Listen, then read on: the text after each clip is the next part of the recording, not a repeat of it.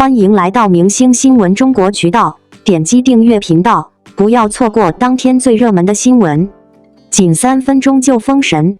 赵丽颖黑袍红瞳客串逍遥，反派一出场全网沸腾。2025年末仙侠剧战场硝烟正浓，谭松韵主演的逍遥未播先火，而真正点燃全网热度的，竟是戏份仅3至30分钟的客串演员赵丽颖。她饰演的反派玄机碎梦仙君，凭黑袍红瞳造型与狠厉台词，单日引爆6次热搜，用教科书级客串刷新观众对仙侠反派的期待值，成为年末最出圈的娱乐焦点。作为搅动三界纷争的幕后黑手，玄机的人设自带反差张力，表面是悬壶济世的温润医仙，实则暗藏颠覆乾坤的野心。预告片中，赵丽颖身着玄色长袍，朱砂点缀的一纹暗藏锋芒，眉心诡异印记搭配猩红瞳孔，一抬眼便透出刺骨冷冽，与她过往塑造的正面角色形成强烈反差。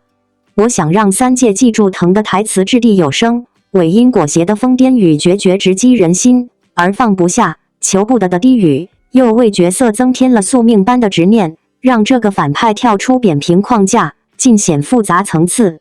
这是赵丽颖时隔3年再演反派，演技爆发力被网友盛赞梦回宫锁沉香琉璃，更添疯批神性。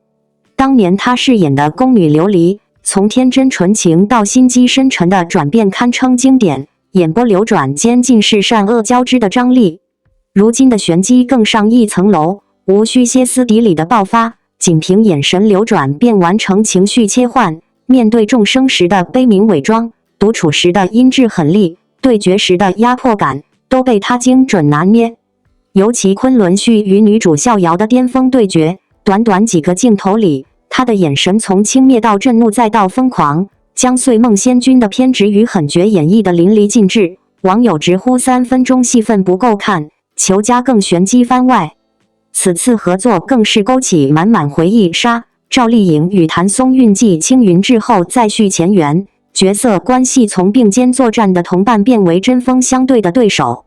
当年青云志中，赵丽颖饰演的碧瑶灵动决绝，与谭松韵的林惊羽结下江湖情谊，如今正邪对立的设定让粉丝兴奋不已，纷纷深挖两人对手戏中的隐藏情感线与演技碰撞。而谭松韵此次首演仙侠剧也带来惊喜，一人分饰鬼马少女逍遥与隐忍公主宁安，从灵动跳脱到清冷决绝的切换毫无违和感，为贴合角色暴瘦10斤的敬业态度更获全网点赞。剧中另一大亮点当属后明昊饰演的银发妖王红叶，银白发冠搭配玄色妖纹长袍的造型封神，美强惨人设叠加战损装的破碎感，与谭松韵上演反套路女追男互动，甜虐交织的剧情让网友直呼好磕到上头。人妖争夺玉里神拳的新鲜剧情，跳出3生3世的老套路，为仙侠题材注入新活力。值得一提的是，在逍遥热度加持下，赵丽颖主演的基建剧《小城大事》原名造成者也备受关注。该剧定档2025年1月10日，粉丝纷纷呼吁既要为玄机疯狂打 call， 也要锁定正主主演作品。从3分钟惊艳客串到扛鼎主演大剧，赵丽颖用实力证明，无论是主角还是配角，都能凭借演技成为焦点。逍遥的未播先火，既得益于演员阵容的强联合，也离不开角色设定的新鲜突破。赵丽颖的反派客串如同点睛之笔，用极致的造型反差与演技爆发力，为剧集预热再加一把火。如今观众不仅期待谭松韵与后明昊的甜虐互动，更盼着玄机的完整剧情解锁。这场三界纷争究竟如何上演？赵丽颖的3分钟戏份能否成为仙侠客串名场面？让我们拭目以待。当赵丽颖身披黑袍，红瞳乍现出现在逍遥的画面中时，很多观众几乎是下意识地屏住了呼吸。那不是一个被反复铺垫的出场，没有冗长的背景交代，甚至连台词都极其克制，却在短短3分钟内完成了对整个剧情气氛的定调。也正因如此，才会有人感叹，原来真正有力量的表演从来不取决于戏份的多少，而在于演员对角色的理解与掌控。从表面看，这只是一次客串，但如果细看就会发现，这个角色的完成度极高。黑袍象征着压迫与未知，红瞳并非单纯的邪，而是一种被情绪和执念侵蚀后的冷静与危险。赵丽颖并没有用夸张的表情去强调反派身份，而是通过眼神、停顿和气息的变化，让观众感受到一种不动声色的威慑力。她站在那里，几乎不用动作，角色的重量却已经压到屏幕之外。很多人惊讶于她为何能在如此短的时间里制造出强烈的记忆点，其实答案并不复杂。这种效果来自长期积累的表演经验，也来自她对分寸的精准把握。她很清楚这是客串，不需要抢走主线，但必须留下余震。所以她没有把角色演成单一的很，而是留出了大量想象空间，让观众在剧情之外继续讨论、延展。这种留白反而让角色更有生命力。放在整个行业背景中看，赵丽颖这次的客串也颇具象征意义。近年来，仙侠剧被反复讨论，观众既期待又疲惫。套路化的人设、模式化的情绪，很容易让人产生审美疲劳。而赵丽颖的出现，并没有改变剧集结构，却在气质层面注入了新的张力。她用一个成熟演员的控制力，提醒观众，仙侠并非只能靠特效和设定支撑，人物本身依旧是核心。值得注意的是，她选择反派角色本身就已经释放出信号，这说明她并不执着于安全区，也不惧怕形象上的颠覆。相反，她更在意角色是否有表达价值，哪怕只有3分钟，只要角色成立，就值得去演。这种态度也让她在同龄演员中显得格外清醒。她不再用戏份多少衡量机会，而是用角色质量判断是否值得投入。观众之所以会沸腾，并不只是因为造型新鲜，更因为他们感受到了一种久违的专业感。那是一种让人相信角色存在的力量，而不是我在看演员演戏。当一个演员能够迅速让观众忘记明星身份，只记住角色本身，哪怕时间再短，也足以留下深刻印象。从更长远的角度来看，这3分钟或许只是赵丽颖职业轨迹中的一个小注脚，却恰恰浓缩了她这些年的变化与选择。她不急着证明什么，也不执着于曝光频率，而是愿意用一次次看似轻量的出现，稳稳地积累信任感。这种信任来自行业，也来自观众。而对于正在观看、讨论这部剧的观众来说，也许可以从这次封神客串中看到更多东西。我们习惯用时长、番位、数据去衡量价值，却常常忽略了内容本身的力量。赵丽颖用3分钟告诉我们，真正打动人的，从来不是数量，而是质量；不是标签，而是完成度。最后，也想把这份感受送给每一位屏幕前的观众。在追剧、追星的过程中，或许可以多一点耐心，多一点对专业的尊重。不要轻易低估任何一次认真付出的呈现，也不要用刻板标准去限制演员的选择。就像赵丽颖这次的黑袍红瞳一样，有些光芒不需要太久的时间，只要出现，就足够让人记住。愿我们都能在喧闹之外，看见真正值得被看见的努力与才华。从片场到言毕，王一博首度坦白暂停拍戏原因，连度话都只求他平安。你们发现没？王一博好像消失了，不是那种退圈的消失，是那种明明还在热搜上挂着，但仔细一想，他快2年没正经进组拍戏了。一个顶流，在最该趁热打铁的时候，跑去攀岩、露营、玩极限运动，这事儿本身就够让人琢磨的。觉得是，最近他自己在纪录片里把话挑明了。他说，他感觉自己就像一块耗尽的电池，再转下去就要彻底没电了。这话一说出来，好多人都愣住了。要知道，他前2年跟上了发条似的，连着拍了《无名长空之王》《热烈维和》《防暴队》好几部电影，还穿插着电视剧和数不清的商务活动。票房加起来据说有30多亿，金鸡奖、华表奖提名也拿了。在外人看来，这简直是事业巅峰，风光无限。可他怎么就觉得没电了呢？他自己是这么说的：工作量越来越大，让我没有办法认真去享受这个演戏的过程。跳舞和演戏本来都是他的热爱，可当热爱变成每天必须完成的任务，量太大了，就再也享受不起来了。这话特别戳人，尤其是那些每天被 KPI 追着跑的年轻人，一下就懂了。把热爱的事干到想吐，那种感觉太真实了。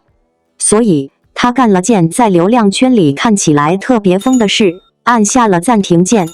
不拍戏了，转头扎进了荒野和大自然里。他搞了个叫《探索心境》的纪录片，第1季就跑去雨林、雪山、沙漠，第2季更猛，直接开启北美攀岩公路之旅，一搞就是6周。攀岩可不是玩玩的，他系统学了运动攀登、传统攀登、器械攀登，甚至还有那种掉下来就直接落水的深水抱石。热点新知吓人的一段是节目里他在广西海边徒手攀岩，岩壁又湿又滑，一个没抓稳，整个人就直接掉海里了。虽然节目组说这是有安全测算的可控挑战，但那个画面看着就让人手心冒汗。连看着他出道10几年的老板杜化都公开说，自己以前总盼着他事业熠熠生辉，让自己脸上有光，但现在最大的愿望就变成了注意安全，身体第一，不要太去冒险了。杜化承认，王一博玩的这些极限运动，很多都超出了他的认知范围。外人看不懂，觉得他是不是在摆烂或者浪费热度，甚至还有传言说他是不是和公司闹矛盾了，资源不行了。但你看他的商业代言，2025年还有30多个，在95后男星里排在前头，商业价值一点没掉。他成立了自己的个人工作室，显然对事业有更长远的规划。他答应的电影《人鱼》，业内很多人都在期待。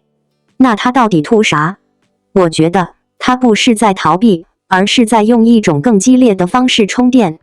他说他需要休息一段时间，等重新找回做演员的感觉，再回到剧组。这话听起来有点玄乎，但看看他以前干的事，就能明白这不是借口。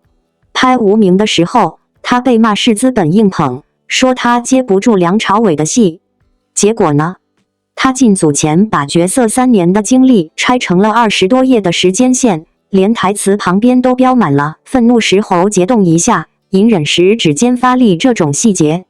一场和梁朝伟的沉默对视戏，他没靠表情，就凭手指攥紧衣角的力度变化，把角色的憋屈演出来了，连导演都喊停，夸他细节准。梁朝伟私下也夸过他，说他很有表演天赋，后生可畏。拍风起洛阳的时候，为了演好唐代贵公子，他提前2个月练端茶，连吃饭拿筷子都按骨里来，差点把菜夹得上。为了角色后期的憔悴感，他悄悄减重10斤。那会儿有3个顶级综艺找他，片酬比拍戏高得多，他全给拒了，理由就一个，角色情绪不能断。这种死磕的劲儿，和他现在去死磕一块岩壁，本质上没什么不同。他好像一直就是这样，要么不做，要做就钻到最里头去。现在演戏这块电池快耗干了，感觉不对了，他就停下来，换一种方式给自己充电。攀岩的时候，他必须全神贯注在岩壁上，忘掉所有的流量、热度、角色压力。他说这种专注于自我挑战的体验，在娱乐圈里格外难得。而且他这充电之旅也不是瞎玩，探索心境第1季拿了有纪录片界奥斯卡之称的泰利奖金奖，第2季刚播出又拿了腾讯视频的年度纪录片奖。他是真的在沉淀东西。有人说，在娱乐圈停下来就等于被遗忘，但你看好莱坞的莱昂纳多，演完《泰坦尼克号》爆红全球之后，也刻意减少片约，用几年时间去旅行，去体验生活，后来才有了《荒野猎人》那样的作品。艾玛·沃特森也在事业巅峰期暂停演戏，跑去名校读书深造。反观我们内娱，好多明星被曝光度焦虑绑得死死的，连轴转，身心俱疲也不敢停，生怕一停就被市场抛弃了。所以王一博这个暂停，争议特别大。有人觉得他清醒，敢在巅峰期停下来积蓄力量，是真正的长期主义。也有人吐槽说流量保质期就那么几年，暂停就是浪费资源，甚至怀疑他是不是没接到好剧本，找个借口摆烂。但我觉得，比起那些明明累了、烦了，还硬撑着在镜头前演热爱的人，他这种坦诚和行动反而更珍贵。他老板度化的心态转变也挺有意思的，从希望他特别厉害让我有面子，变成了只求他平平安安。这或许也说明行业里也开始意识到，明星也是人，高强度的工作和曝光同样会消耗他们的创作热情和身心健康。王一博这个事儿就像给所有人提了个醒，他现在做的这些事，爬最高的山，攀最险的岩，看起来和演戏毫无关系，但谁能说在岩壁上寻找平衡，在荒野中面对恐惧的这些体验，未来不会成为他塑造某个角色的养分呢？他自己也说过，户外探索的经历能为未来的表演注入更多真实的生命力。从片场到岩壁，这样的转身在很多人看来是反常的，甚至会被解读为任性，不计后果。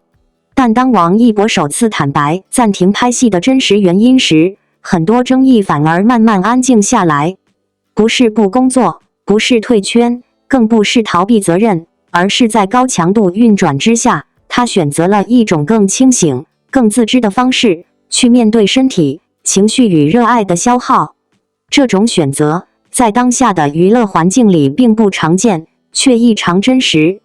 长期以来，外界习惯用顶流劳模高产来定义王一博，密集的拍戏行程、跨领域的高强度工作，让他几乎没有真正停下来过。可探索心境系列让人看见的是另一个层面的真实，当体能被逼到极限，当精神长期处在紧绷状态，再强的人也会感到疲惫。攀岩、探索、进入自然，并不是为了制造话题，而是他给自己寻找的一条修复通道。在岩壁面前，没有人设，也没有掌声，只有判断、克制和对风险的尊重。杜化那句只求他平安，其实比任何豪言壮语都更有分量。它不只是一个老板对艺人的担心，更是一种现实的提醒。再耀眼的职业身份，前提都应该是一个完整、安全的人。能说出这句话，本身就说明王一博所承受的压力与挑战，早已不是普通工作强度可以衡量的。而当身边最了解行业规则的人都选择把平安放在第一位时，暂停拍戏就不再是一个需要被指责的决定。很多人不理解，为什么偏偏是攀岩，是这样高风险的户外探索。可正是这种看似危险的选择，反而体现了他对掌控的清醒认知。真正的冒险不是盲目逞强，而是在评估风险之后，知道什么时候该上，什么时候该停。在岩壁上，每一个动作都必须对自己负责，这种极度专注与真实反馈，恰恰能让人重新找回对身体和内心的感知，也让热爱不再被工作彻底掏空。从更大的角度看，这次坦白其实触及了许多人的共同困境。我们生活在一个推崇持续输出、不断加速的时代，停下来往往被视为懒惰或退缩。但事实是，当热情被长期透支，继续硬撑只会带来更大的反噬。王一博的选择，某种程度上为这种困境提供了另一种解法。暂停不是结束，而是为了更长久的前行。他没有高调宣扬我需要休息，也没有把自我调整包装成励志标签，而是用行动证明，尊重身体，尊重内心，本身就是一种成熟的职业态度。走到今天，他早已不需要用数量证明价值，而是用是否真实、是否可持续来衡量下一步的方向。这种清醒比任何口号都更难得。想把这一份理解与思考送给每一位正在为生活奔波的人。无论你是否身处高压行业，都请记得，安全与健康永远不是可以被交换的筹码。当你感到疲惫、迷失、失去热情时，勇敢按下暂停键，并不丢脸。真正重要的是在喧嚣之外，听见自己的声音，找到让自己能够继续走下去的方式。愿我们都能在追求热爱的路上走得稳一些，也走得久一些。感谢您观看视频。如果您觉得本时事通讯有用，请不要忘记点赞、评论和订阅。祝您生活愉快，充满活力。再见。